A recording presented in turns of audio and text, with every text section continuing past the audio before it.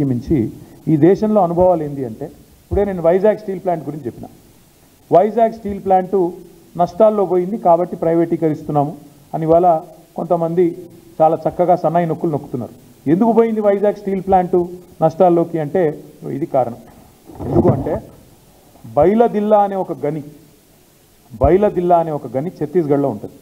దాన్ని మాకు captive plant కింద కేటాయించండి అని వైజాగ్ స్టీల్ ప్లాంట్ అడిగితే దాన్ని కేటాయించకుండా దాన్ని అదానీ గారికి ఆక్షన్లో అప్పచెప్పింది కేంద్ర ప్రభుత్వం. ఏమైంది దానివల్ల? వైజాగ్ స్టీల్ ప్లాంటు ఒక గని లేకపోవడం వల్ల, క్యాప్టివ్ గని లేకపోవడం వల్ల, ఎందుకంటే వైజాగ్ దగ్గర ఎక్కడా కూడా దగ్గరలో 100 కిలోమీటర్ల దూరంలో కూడా ఎక్కడా కూడా నిజానికి గనులు లేవు, ఐరన్ ఓర్ మైన్స్ లేవు. Nearest is Bailadila.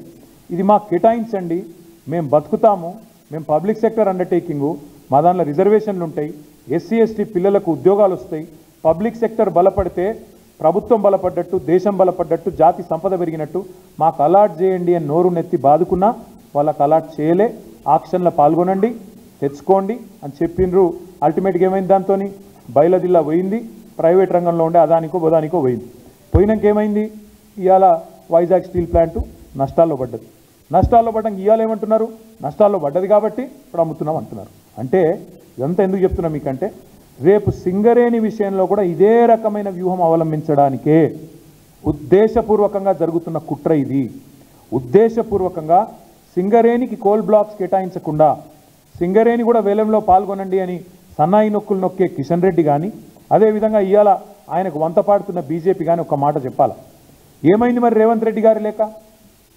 రేవంత్ రెడ్డి గారి వ్యతిరేకత ఎందుకు మాయమైంది?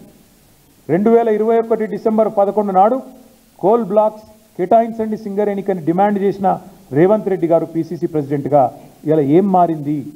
ఎందుకు ముఖ్యమంత్రిగా మీరు ఆ వేలం పాటలో మేము పాల్గొంటాము అనే మాట చెప్తా ఉన్నారు? బీఆర్ఎస్ రక్షణ కవచం అని నేను ఊరికే అనడం లేదు.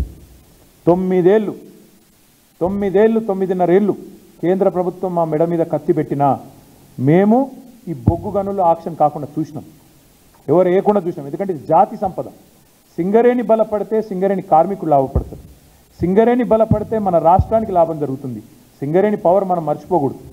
సింగరేణి పవర్ ఏంటంటే, సింగరేణి కార్మికులకు ఉండే సంఘటిత శక్తి పవర్ ఏంటంటే, ఆనాడు తెలంగాణ ఉద్యమంలో 36 రోజుల పాటు సకల జనుల సమ్మెలో సింగరేణి కార్మికులు జంగు సైరను ఊదితే దక్షిణ భారతదేశం మొత్తం గాఢాంధకారంలోకి పోయే పరిస్థితి ఆనాడు వచ్చిన విషయాన్ని నేను మీకు గుర్తు చేస్తా ఉన్నాను.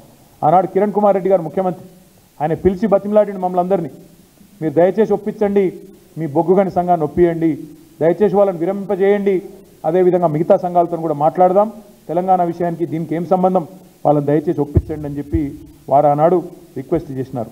ఇప్పుడు కూడా నేను అనేది అదే, ఎట్లయితే వైజాగ్ స్టీల్ ప్లాంట్ను ఖతం చేసినరో, ఎట్లయితే క్యాప్టివ్ మైన్ ఇవ్వకుండా ఖతం చేసినరో, అదే ప్రయత్నం ఈరోజు కాంగ్రెస్ బీజేపీ కలిసి చేస్తూ ఉన్నాయి. ఇది తెలంగాణ ప్రజలు అర్థం చేసుకోవాలా. కాంగ్రెస్ ఆనాడు మీరు ఆలోచించండి, మళ్ళీ చెప్తా ఉన్నాను, 16 ఎంపీలతో ఏమవుతుంది అన్నారు.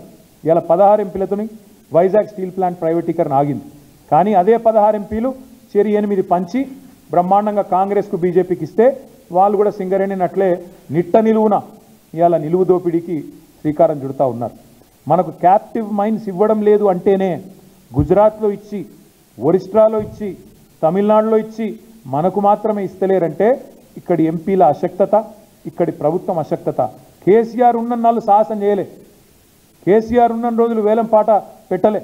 ఇలా వాళ్ళే చెప్తున్నారు కదా, కేసీఆర్ 9.5 ఏళ్ళు అడ్డుకున్నాడు, వాళ్ళే చెప్తున్నారు. ఎందుకు అడ్డుకున్నాడు కేసీఆర్?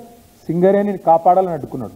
ఎందుకంటే కేసీఆర్కి తెలిసింది, ఏం తెలుసు, వైజాగ్ నెట్లనైతే ఇవాళ వీళ్ళు నష్టాల బాట పట్టించి చివరికి ప్రైవేటీకరణకు తెరలేపినరో, సేమ్ సింగరేణికి పట్ల కూడా అదే కుట్ర వైఖరి ఉంటుంది అనే ఉద్దేశంతోనే కేసీఆర్ గారు సింగరేణిని కాపాడడానికే ఆక్షన్లో పాల్గొనలేదు. ఇప్పుడు కూడా మేము చెప్తా ఉన్నాం, రేవంత్ రెడ్డిని, బట్టి విక్రమార్క గారిని, అదేవిధంగా కేంద్ర బొగ్గు గనుల శాఖ మంత్రి కిషన్ రెడ్డి గారిని కూడా డిమాండ్ చేస్తూ ఉన్నాం. ఎవరైనా కేంద్ర కేబినెట్ మంత్రి కొత్తగా అయితే రాష్ట్రానికి ఒక ప్రాజెక్టు తేవాలి, కొత్త ప్రాజెక్టు తేవాలి. కానీ మా కిషన్ రెడ్డి అన్న ఏం చేస్తాడు, ఉన్న వాటిని అమ్ముకునే ప్రయత్నం చేస్తూ ఉన్నాడు.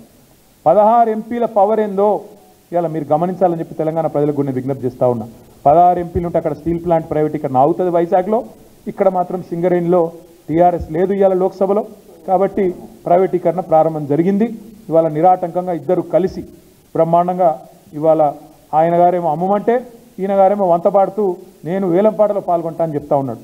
నేను ఇవాళ ముఖ్యమంత్రి గారిని ఉప ముఖ్యమంత్రి గారిని మా పార్టీ తరఫున డిమాండ్ చేస్తా ఉన్నాను. రేవంత్ రెడ్డి